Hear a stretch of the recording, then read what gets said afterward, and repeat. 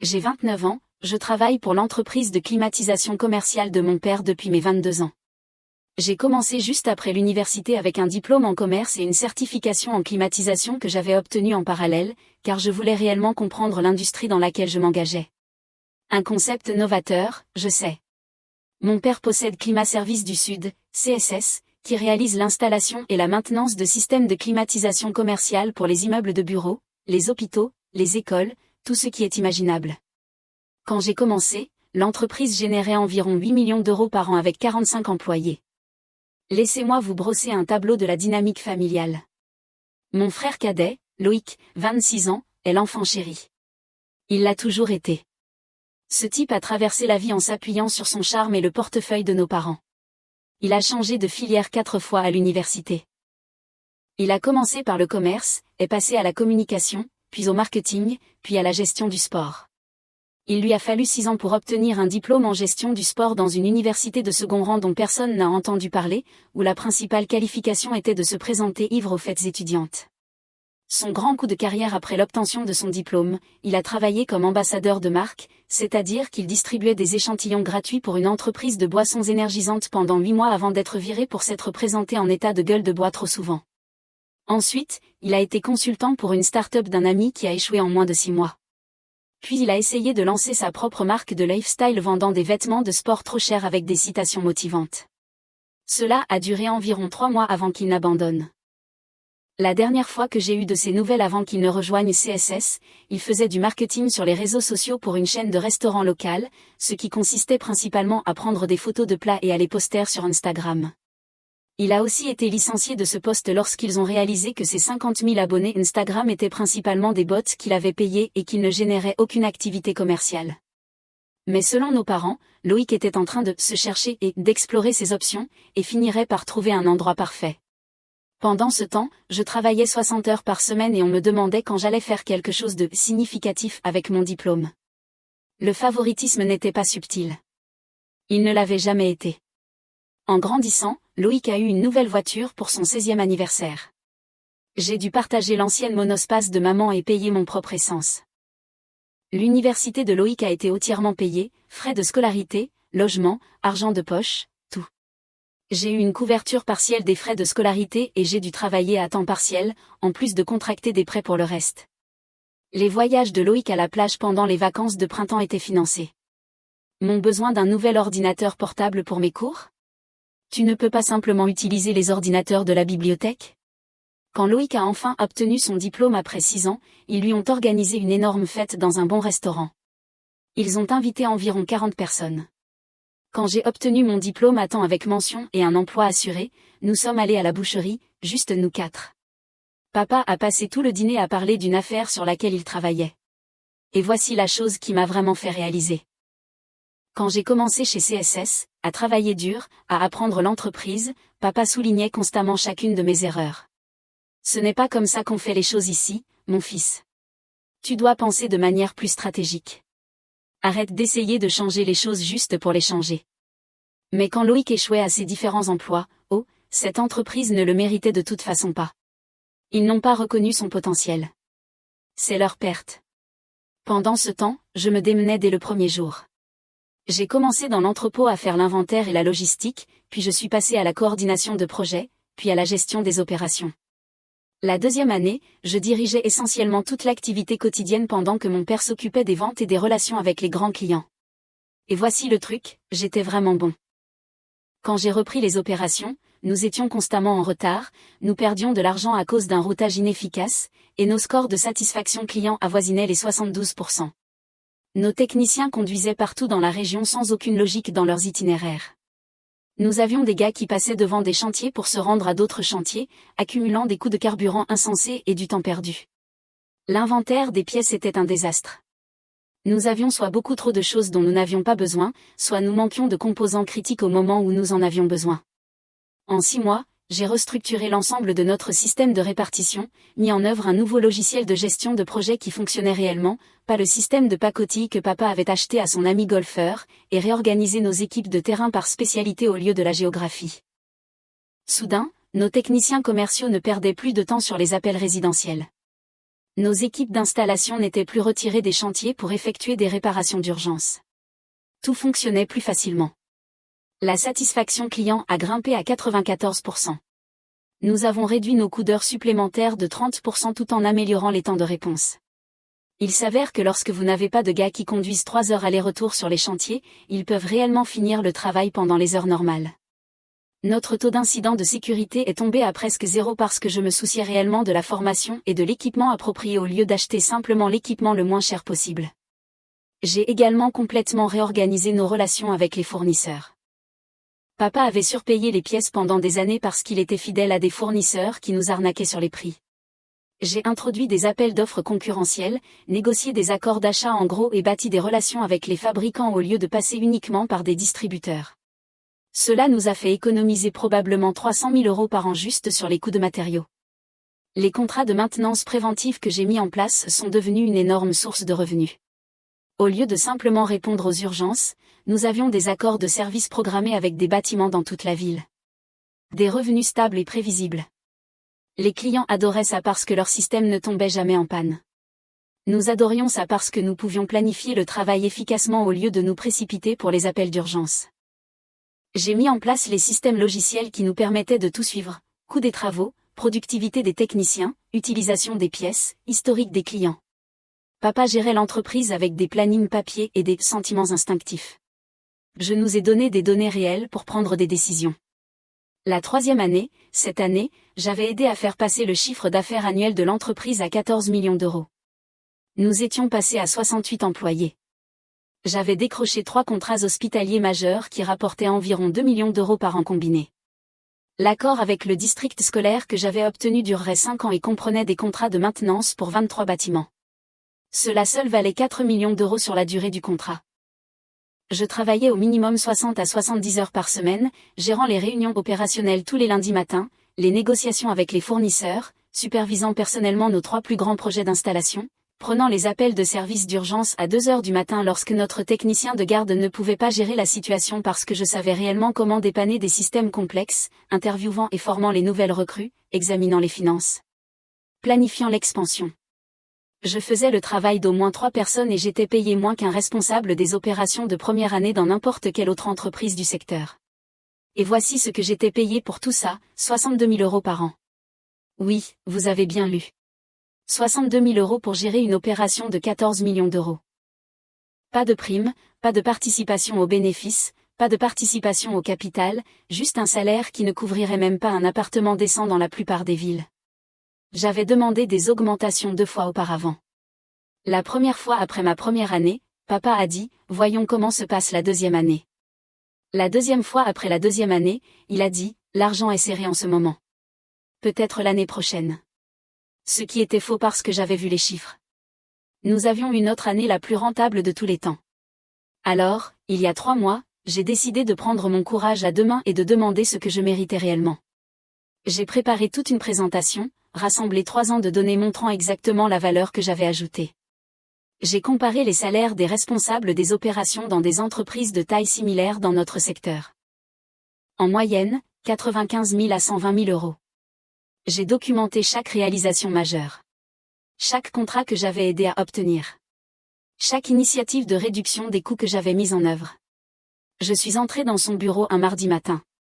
Il lisait le journal et buvait du café, faisant sa routine habituelle de « seigneur du manoir ». « Papa, tu as une minute ? Je voudrais parler de ma rémunération. » Il n'a même pas levé les yeux de la section sport. « Tu es quoi maintenant ? » ?»« Mon salaire. Je suis ici depuis 3 ans, je n'ai pas eu d'augmentation, et je pense qu'il est temps que nous discutions de l'alignement de ma rémunération sur les normes de l'industrie et mes responsabilités réelles. » Cela a attiré son attention. Il a posé le journal, s'est penché en arrière sur sa chaise avec un petit sourire amusé. Les normes de l'industrie. Mon fils, tu travailles pour la famille. Ça vaut plus que de l'argent. Respire profondément. Reste professionnel. Je comprends cela. Mais je gère aussi toute l'opération d'une entreprise réalisant 14 millions d'euros par an pour 62 000 €. Ce n'est pas viable à long terme. Viable ? Il a en fait ri. Tu as de la chance d'avoir ce travail. Tu sais combien de jeunes de ton âge tueraient pour travailler quelque part où leurs vieux pourraient leur apprendre le métier ? Tu reçois une éducation ici que l'argent ne peut pas acheter. Je reçois une éducation depuis 3 ans tout en augmentant les revenus de 75% et en améliorant littéralement chaque indicateur opérationnel que nous suivons. Je ne demande pas l'impossible. Je demande le juste. Il s'est levé, a marché jusqu'à sa fenêtre donnant sur l'entrepôt. Un classique mouvement de pouvoir. Tu veux savoir ce qui est juste? Juste, c'est que je t'ai donné une chance quand tu n'avais aucune expérience. Juste, c'est que je te prépare à reprendre cette entreprise un jour. Juste, c'est que tu as une sécurité d'emploi que la plupart des gens de ton âge n'ont pas. Et tu te plains de ton salaire. Je ne me plains pas. Je négocie. Il y a une différence. Tiens, voici une négociation pour toi. Il s'est retourné pour me faire face. Tu peux garder ton salaire actuel et être reconnaissant, ou tu peux aller tester ce marché libre dont tu es si sûr. Vois jusqu'où te mènent tes 3 ans d'expérience sans l'entreprise de ton papa sur ton CV. Je l'ai juste fixé. Ce n'était pas une négociation. C'était une menace. J'y réfléchirai, ai-je dit, et j'ai quitté son bureau. C'était un mardi. Le jeudi, la bombe est tombée. Le jeudi après-midi, papa convoque une réunion générale dans l'entrepôt. Tout le monde est debout, se demandant ce qui se passe. Nous ne faisons jamais de réunion générale à moins que quelque chose d'important ne se produise. Je pense qu'il a peut-être décroché un énorme nouveau contrat ou que nous ouvrons un nouvel emplacement. Non. Mieux. Tellement mieux. Mes amis, j'ai une excellente nouvelle. Papa prend sa voix de grand discours, celle qu'il utilise avec les clients. Comme vous le savez tous, CSS a connu une croissance rapide. Cette croissance signifie que nous devons étendre notre équipe de direction. Je suis donc ravi d'annoncer que mon fils Loïc nous rejoindra en tant que nouveau directeur du développement commercial. Il a des idées et des relations innovantes qui nous mèneront au niveau supérieur. J'ai senti mon estomac se tordre. Loïc, directeur du développement commercial, le type qui s'est fait virer pour avoir distribué des boissons énergisantes gratuites, et puis est venue la partie qui m'a fait bouillir le sang.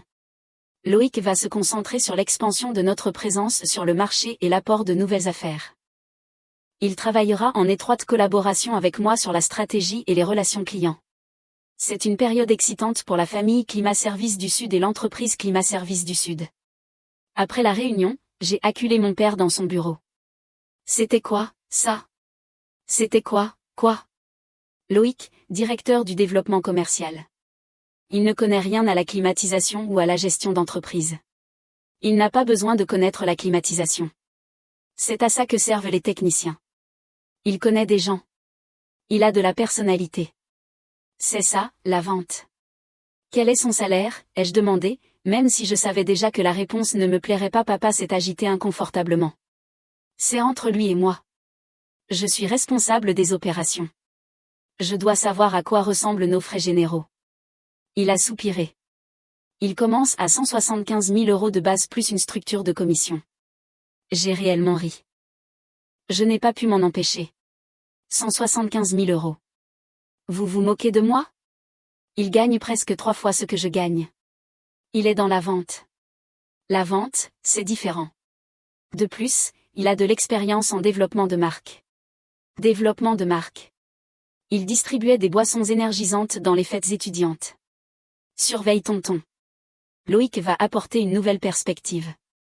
Et franchement, ton attitude en ce moment est exactement la raison pour laquelle tu n'es pas prêt pour plus de responsabilités. Ça y est. Ça y est. Vous savez quoi? Vous avez raison. Je ne suis pas prêt pour plus de responsabilités ici. Je démissionne. Son visage est passé d'agacé à choqué en environ une demi-seconde. Tu quoi? Je démissionne. À partir de 2 semaines à partir d'aujourd'hui. Vous voulez payer votre fils incompétent 3 fois ce que vous payez la personne qui dirige réellement votre entreprise? Allez-y. Mais vous le ferez sans moi. Maintenant, attends. Non. J'ai demandé une rémunération équitable. Vous m'avez dit que j'avais de la chance d'avoir un emploi. Alors, je vais aller chercher ma chance ailleurs. J'enverrai mon email de démission officielle dans l'heure. Je suis sorti, suis retourné à mon bureau, j'ai tapé la lettre de démission la plus professionnelle que j'ai pu rédiger, tandis que mes mains tremblaient de rage, et j'ai appuyé sur envoyer. Les jours suivants ont été étranges. Papa a essayé le numéro « Parlons-en », mais je n'étais pas intéressé. Maman a appelé en pleurant, disant que je déchirais la famille. Loïc, et c'est la meilleure partie, m'a en fait envoyé un SMS disant « Pas de rancune, frérot ». Comme s'il n'avait rien à voir avec ça. Comme si son arrivée, gagnant 175 000 € pour un poste inventé alors que je touchais des miettes, n'était pas le problème tout entier. Je n'ai répondu à aucun d'eux. Je me suis contenté de me présenter, de faire mon travail et de commencer à mettre à jour mon CV. C'est là que ça devient intéressant. 3 de mes collaborateurs clés m'ont approché séparément pendant cette période de 2 semaines. Romain, mon chef d'équipe de terrain, Léa, qui gérait tous nos comptes majeurs, et Thomas, notre chef de projet principal. Tous les 3 étaient dans l'entreprise depuis des années. Tous les 3 valaient leur pesant d'or. Et tous les 3 en avaient apparemment autant marre du favoritisme familial que moi. Romain fut le premier. Il m'a pris à part lors d'une inspection de chantier. « J'ai entendu dire que tu partais », a-t-il dit. « Oui. Il est temps de passer à autre chose. »« Où vas-tu » ? ?»« Je ne sais pas encore. Je cherche. » Il est resté silencieux pendant une minute. Moi aussi, j'ai pensé à partir. Cette histoire avec Loïc. On le sait tous. Si tu trouves un bon poste, fais-le-moi savoir. Je pourrais vouloir venir avec toi. La même conversation a eu lieu avec Léa le lendemain et Thomas le surlendemain. C'est là que j'ai réalisé que j'avais plus de poids que je ne le pensais. J'ai commencé à contacter des concurrents, j'ai mis mon CV sur quelques sites d'emploi du secteur. En 48 heures, 3 entreprises voulaient me parler. À la fin de la première semaine, j'avais 2 offres solides, mais la meilleure est venue d'Apex Systèmes Climatiques. C'est la plus grande entreprise de climatisation de la région, réalisant environ 45 millions d'euros par an. Leur directeur général m'a appelé directement après avoir vu mon CV. Nous avons suivi la croissance de CSS ces dernières années, a-t-il dit. Le bruit court dans l'industrie que c'est surtout votre travail. J'y ai mis la main, ai-je dit, en faisant preuve de modestie. Notre responsable des opérations actuelles prend sa retraite dans 6 mois. Nous avons besoin de quelqu'un qui peut prendre la relève et être immédiatement opérationnel. Au vu de votre parcours, vous êtes cette personne. Nous serions prêts à offrir un salaire de base de 95 000 €, des primes de performance qui pourraient ajouter 20 000 € par an, des avantages sociaux complets, y compris un plan d'épargne retraite avec abondement, et nous pourrons discuter des options d'action après votre première année. J'ai failli laisser tomber mon téléphone. 95 000 € de base. C'était une augmentation de 53% par rapport à ce que mon père me payait. En ajoutant les primes, je gagnerais plus que mon frère chouchou avec son titre. Quand avez-vous besoin d'une réponse, ai-je demandé. Prenez quelques jours. Réfléchissez-y. Mais entre vous et moi, nous aimerions vraiment vous avoir. Je n'avais pas besoin de quelques jours. Je connaissais ma réponse, mais j'ai fait bonne figure. Je lui ai dit que je le recontacterais en fin de semaine. J'ai passé les 2 jours suivants à mentionner cette offre à Romain, Léa et Thomas. Je n'ai rien forcé. Je leur ai juste fait savoir où j'allais potentiellement atterrir. Tous les 3 ont demandé si Apex embauchait. Au moment où mes 2 semaines chez CSS se sont écoulées, j'avais accepté l'offre d'Apex et j'avais recommandé Romain, Léa et Thomas. Tous les 3 avaient des entretiens programmés. Mon dernier jour chez CSS fut tendu. Papa a tenté une dernière fois de me faire rester. Tu fais une erreur, a-t-il dit. Cette entreprise allait être à toi un jour. Non, ce n'était pas le cas, ai-je répondu. Elle allait être à Loïc. Vous l'avez clairement montré en l'embauchant pour 3 fois mon salaire pour un travail pour lequel il n'est pas qualifié. C'est la famille. J'essaie de donner des opportunités à mes 2 fils. Vous lui avez donné une opportunité. Vous m'avez donné une leçon sur la connaissance de ma valeur. Merci pour ça. Vraiment, je suis parti, sans me retourner, et j'ai commencé chez Apex 2 semaines plus tard. Le travail était tout ce qu'ils avaient promis. De meilleures installations, un meilleur équipement, de meilleurs systèmes, et j'avais en fait un budget avec lequel travailler au lieu de devoir mendier pour la moindre chose. Au cours de mon premier mois, j'avais identifié 3 améliorations majeures de l'efficacité que nous pouvions mettre en œuvre. Mon patron écoutait réellement mes idées et me donnait les ressources pour les exécuter.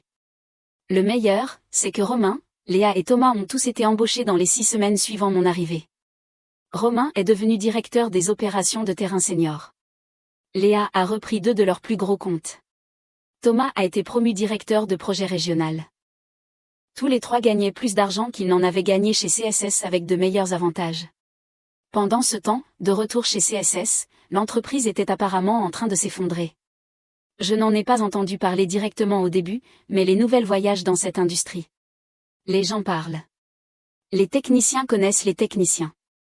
Les chefs de projet boivent des bières ensemble. Les représentants commerciaux sont pires que des adolescents. Et apparemment, CSS était en train de devenir un spectacle aux proportions légendaires. Loïc, étonnamment, s'est avéré complètement inutile à son poste inventé. La première semaine, il a passé la plupart de son temps à faire imprimer de nouvelles cartes de visite et à aménager son bureau. La deuxième semaine, il a voulu rebaptiser l'entreprise et a engagé un ami designer pour créer un nouveau logo qui ressemblait à quelque chose fait sous Paint. Papa a en fait approuvé la facture de 15 000 € pour cette camelote avant que quelqu'un de sensé ne l'arrête. La troisième semaine, Loïc a décidé que nous avions besoin d'un compte Instagram pour l'entreprise afin de nous connecter avec des clients plus jeunes. Il a posté des photos de lui en costume devant des équipements de climatisation avec des légendes comme Vibe de patron et Construire l'avenir un système à la fois. Il a eu environ 47 abonnés, dont 40 étaient ses amis ou des bots. Son développement commercial consistait principalement à prendre de longs déjeuners avec des clients potentiels qui ne se sont jamais transformés en contrats réels. Il revenait de ces déjeuners en parlant de toutes ces connexions et relations prometteuses qu'il construisait. Mais j'ai entendu dire par les gars de l'entrepôt que ses notes de frais n'étaient que des reçus de steakhouse où il mangeait seul ou avec ses copains d'université. Les quelques pistes qu'il a apportées étaient soit trop petites pour être intéressantes, soit il avait fait des promesses sur les prix et les délais qui étaient complètement irréalistes. Il a cité un travail de district scolaire à 40% en dessous du coût parce qu'il ne comprenait pas comment calculer les dépenses d'installation. Papa a dû les appeler personnellement et renégocier, ce qui nous a fait passer pour des incompétents. Une autre fois, Loïc a promis à un hôpital que nous pourrions installer un système de climatisation complet en 6 semaines. Notre délai réel pour cette portée de travail était de 4 mois minimum. Quand j'ai fait remarquer cela lors d'une réunion, Loïc a dit « Nous devons juste être plus agressifs sur les délais. » Oui, parce que la physique et les codes du bâtiment se soucient totalement de votre délai agressif, abruti. Mais le pire de tout, c'est quand il a essayé de vendre à un client de longue date une mise à niveau du système dont il n'avait pas besoin.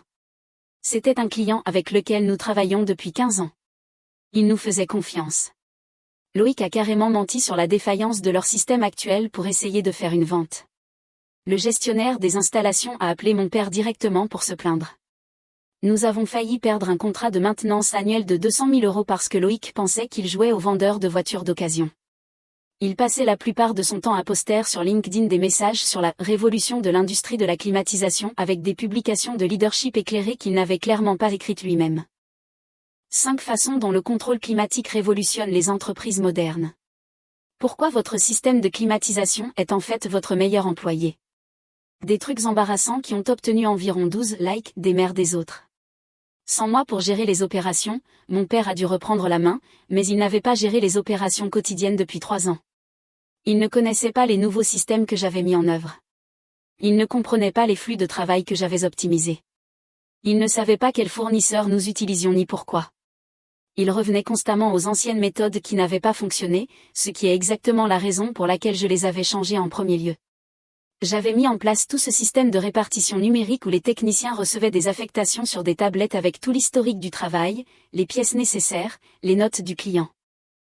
Papa est revenu à appeler les gars au téléphone et à les faire écrire sur des blocs-notes. Les temps de réponse ont immédiatement doublé. J'avais négocié des accords de prix groupés avec nos principaux fournisseurs. Papa a apparemment laissé certains d'entre eux expirer et est revenu à la commande au prix de détail parce que nous avions toujours travaillé avec eux auparavant. Peu importe que j'ai obtenu des réductions de 35% en nous engageant sur des commandes en volume. Le système de planification de la maintenance préventive que j'avais construit, papa ne comprenait pas comment il fonctionnait, alors ils ont simplement cessé de l'utiliser. Ils sont revenus à des appels de services réactifs uniquement. Ils ont perdu des milliers d'euros de revenus mensuels prévisibles. Sans Romain, leurs opérations sur le terrain sont parties en vrille. Les temps de réponse ont doublé. Ils ont commencé à manquer des délais. Les plaintes des clients ont explosé parce que personne ne coordonnait correctement les techniciens. Les gars arrivaient sur les chantiers sans les bonnes pièces. Les travaux étaient planifiés sans vérifier si l'équipe avait l'expertise nécessaire. J'ai entendu une histoire selon laquelle une installation commerciale a pris 3 semaines de plus que prévu parce que personne n'avait pensé à vérifier que l'équipe qu'ils avaient envoyée savait réellement comment installer ce type de système particulier. Ils ont dû faire appel à un entrepreneur extérieur pour le finir, ont absorbé toute la marge bénéficiaire plus un supplément, et le client était furieux. Sans Léa gérant les comptes majeurs, ils ont commencé à perdre des contrats. Elle avait passé des années à établir des relations avec les gestionnaires d'installation et les directeurs des achats de nos principaux comptes. Elle connaissait leurs bâtiments, leurs équipements, leur budget, leurs priorités. Elle se souvenait que le superviseur de maintenance de l'hôpital Sainte-Marie aimait son café noir et détestait les appels téléphoniques avant 9 heures, que l'agent des achats du district scolaire avait besoin que tout soit soumis 30 jours avant les réunions du conseil, que le directeur des installations du comté était un grand fan de l'équipe de rugby locale et qu'il ne fallait pas planifier de travaux les jours de match. Quiconque la remplaçait n'avait pas ses relations, n'avait pas ses connaissances. Ils ont commencé à traiter ces clients de longue date comme s'ils étaient de nouveaux comptes, ont envoyé des propositions génériques au lieu de solutions personnalisées. Le district scolaire a même appelé Léa chez Apex pour demander ce qui se passait avec CSS. C'est dire à quel point la situation était grave. Sans Thomas à la gestion de projet, leurs travaux d'installation ont commencé à dépasser le budget et à prendre du retard. Thomas était le gars qui pouvait jongler avec 12 projets simultanément et réussir à les maintenir tous sur les rails. Il savait comment séquencer le travail pour maximiser l'efficacité. Il savait quels entrepreneurs étaient fiables et lesquels nécessitaient une supervision constante. Il savait comment repérer les problèmes avant qu'ils ne deviennent des catastrophes coûteuses. La nouvelle équipe de gestion de projet n'avait pas cette expérience. Des travaux qui auraient dû prendre 4 semaines en prenaient 7. Des budgets qui auraient dû avoir des marges de 25% atteignaient à peine l'équilibre ou enregistraient des pertes. Les clients appelaient pour se plaindre des retards. Et papa n'avait pas de bonne réponse car il ne savait pas réellement ce qui se passait sur les chantiers. J'ai entendu par le bouche à oreille que mon père avait essayé d'embaucher des remplaçants, mais la réputation de CSS dans l'industrie subissait un sérieux revers. Les bonnes personnes ne voulaient pas y travailler quand elles continuaient d'entendre des histoires sur le désastre népotique qu'était l'embauche de Loïc et l'exode massif de personnel expérimenté. Le bruit courait que CSS n'était plus une opération professionnelle. C'était un drame familial qui se jouait avec une licence commerciale. 3 mois après mon départ, j'ai croisé l'un des magasiniers de CSS chez un fournisseur. Un gentil gamin. Toujours un gros bosseur. Comment ça va là-bas, j'ai demandé. Il a regardé autour de lui comme s'il craignait que quelqu'un n'entende. Mec, c'est grave.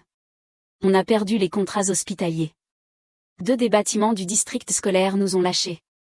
Tout le monde fait des heures sup de fou pour s'en sortir, et ton père perd la tête. Loïc ne fait rien d'autre que se pavaner en se donnant des airs importants. La moitié des gars cherchent un nouveau boulot. Désolé d'entendre ça, ai-je dit. Et je le pensais pour les employés, pas pour mon père. Ne sois pas désolé, mec. Tout le monde sait qu'ils t'ont fait un sale coup. Tu méritais mieux. 2 semaines après cette conversation, mon téléphone a sonné. Numéro masqué. J'ai failli ne pas répondre, mais je me suis dit, qu'importe.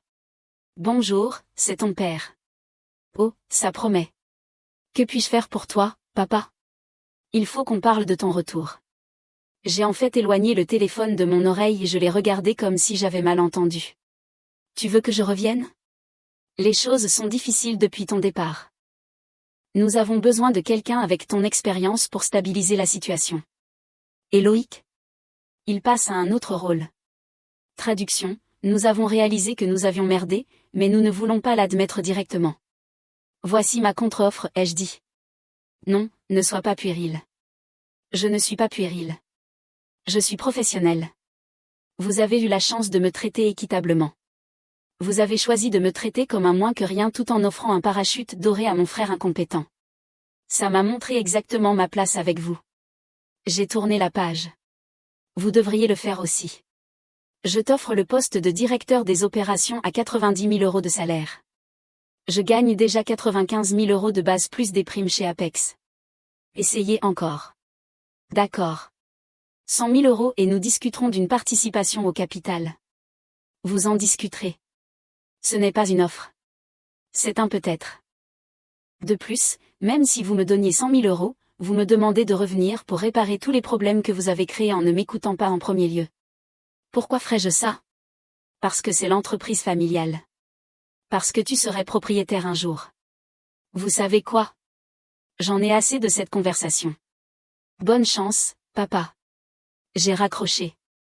Il a rappelé 3 autres fois ce jour-là. Il a laissé des messages vocaux de plus en plus désespérés. Je n'ai répondu à aucun d'eux. Puis maman a commencé à appeler. Puis Loïc, de toutes les personnes, a envoyé un long SMS expliquant que la famille avait besoin de moi et que nous étions tous en difficulté et que je pouvais s'il vous plaît juste parler à papa. Non. Bloqué, bloqué et bloqué. 2 mois de plus se sont écoulés.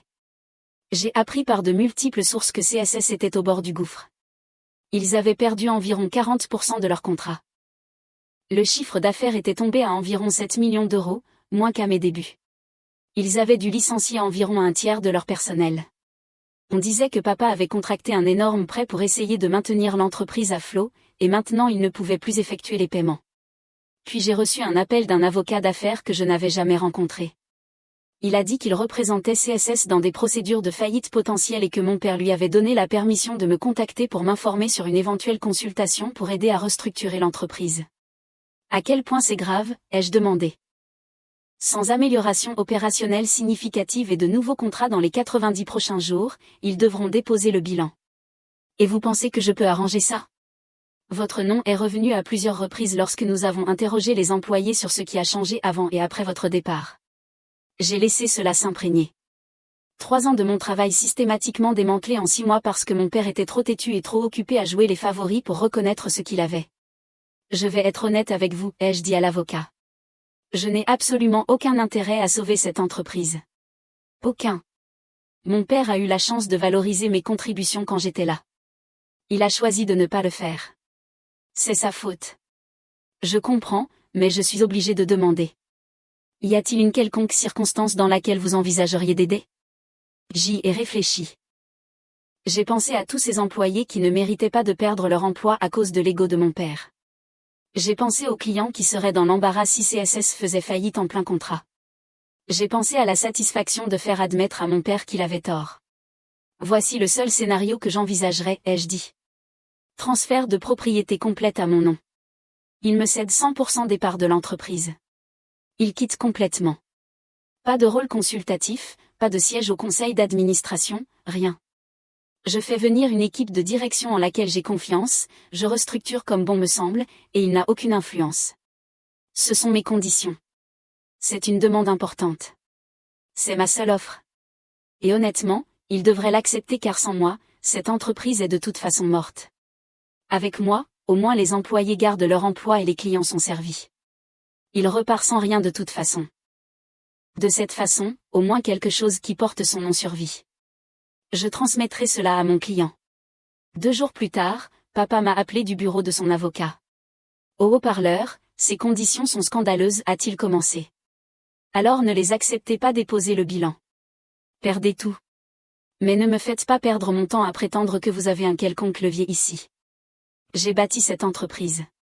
Je ne vais pas simplement la céder. Vous ne l'avez pas bâtie. Vous l'avez fondée. La version à 14 millions qui existait quand je suis parti, c'était moi. Le désastre à 7 millions qu'elle est maintenant. Ça, c'est vous et Loïc. Alors, oui, vous la cédez. Ou vous la fermez. C'est votre choix. Son avocat est intervenu. Peut-être pourrions-nous discuter d'une structure de partenariat.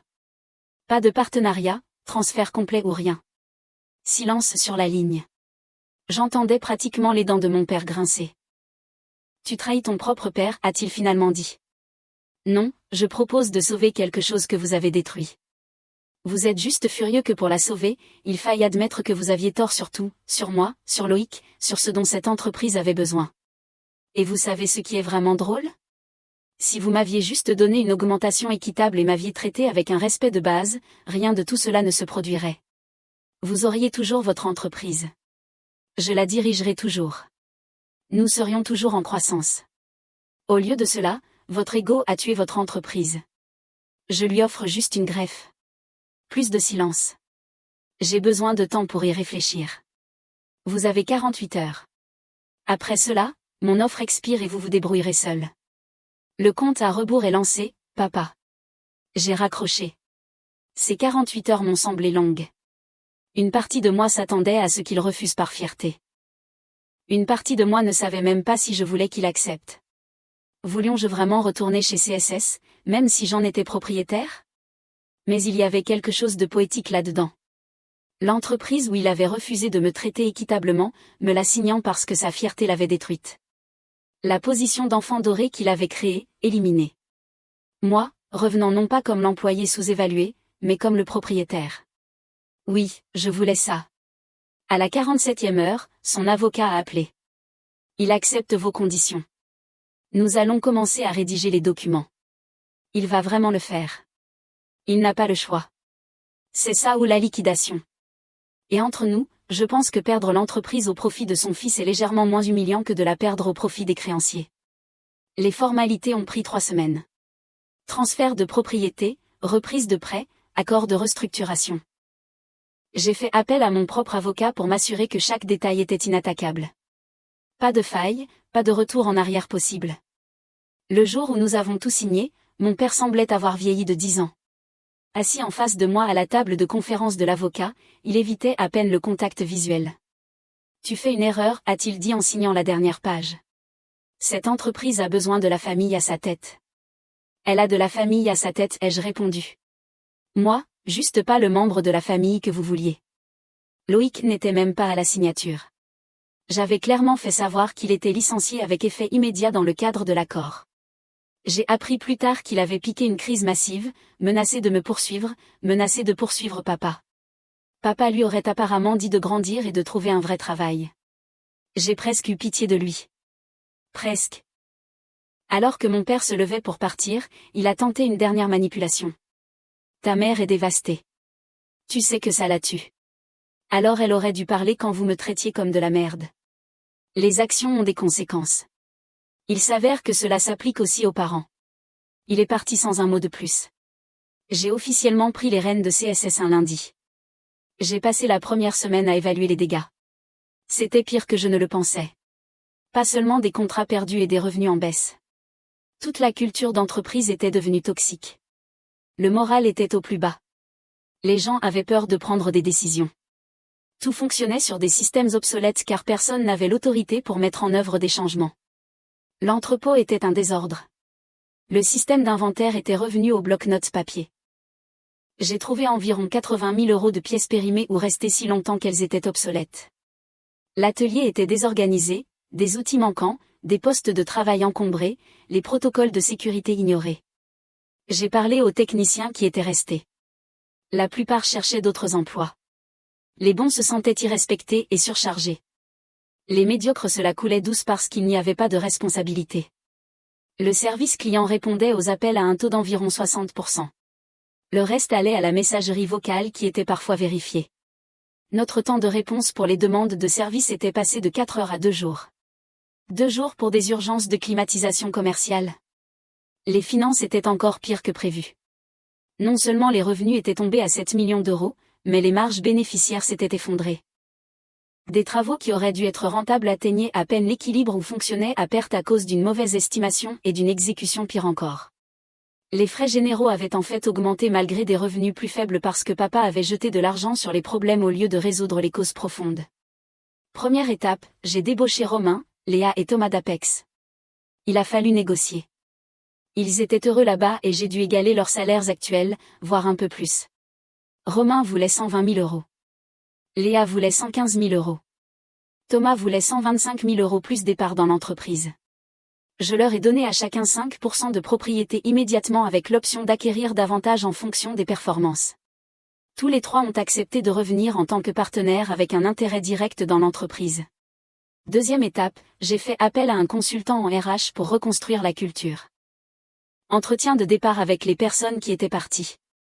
Sondages anonymes auprès des personnes qui étaient restées. Les retours étaient brutaux mais utiles, la direction ne communique pas.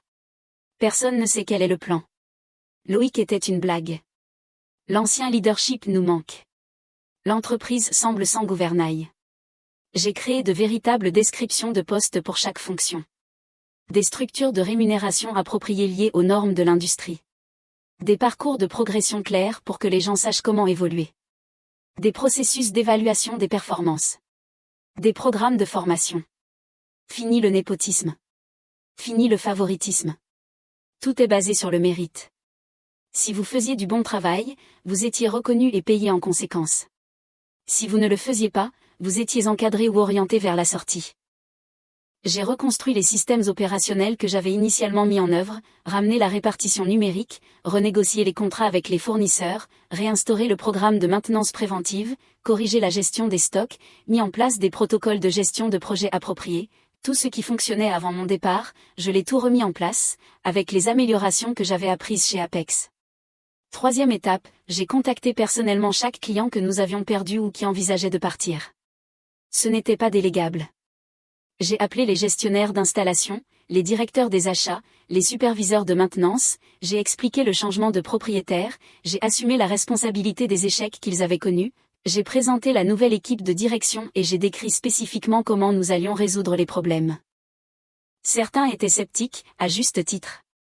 Nous avions mal géré leur bâtiment, manqué des délais, leur avions coûté de l'argent, mais suffisamment étaient prêts à nous donner une autre chance, surtout ceux qui se souvenaient d'avoir travaillé avec moi auparavant.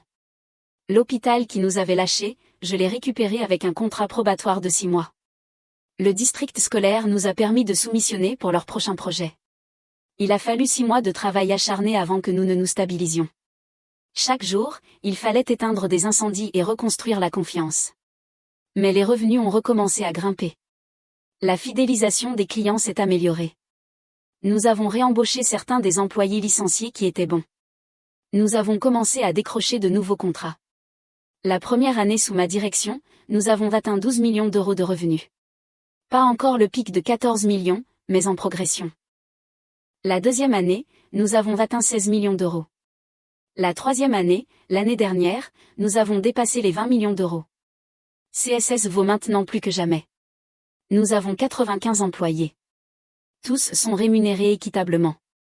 Romain, Léa, Thomas et moi possédons chacun 25% de l'entreprise. Nous prenons les décisions ensemble. Tout le monde participe aux bénéfices. La culture est solide. Et mon père. La dernière fois que j'ai entendu parler, lui et maman avaient déménagé dans une maison plus petite. Loïc travaille dans la vente chez un concessionnaire automobile dans un autre état, allant d'un emploi à l'autre comme toujours. Aucun d'eux ne m'a contacté depuis le transfert de propriété. Je ne les ai pas contactés non plus. Est-ce que je me sens mal de la tournure des événements ? Parfois, oui. J'aurais aimé avoir une famille qui me valorisait réellement. J'aurais aimé que papa ait pu simplement me payer équitablement et me traiter avec respect dès le début. Mais surtout, je me sens libre. Libre du manque de respect constant, du favoritisme, du fait d'être pris pour acquis. Libre d'attendre une approbation qui ne viendrait jamais. Libre de voir mon travail attribué à quelqu'un d'autre ou considéré comme de la chance. Certaines personnes disent que j'ai été trop dure. Que la famille devrait pardonner, que j'aurais dû trouver un arrangement où papa aurait gardé une partie de la propriété. Au diable ça. Le pardon ne signifie pas laisser les gens continuer à vous blesser. La famille ne signifie pas accepter le manque de respect. Et garder quelqu'un impliqué qui a détruit ce que vous avez construit n'est pas noble. C'est stupide.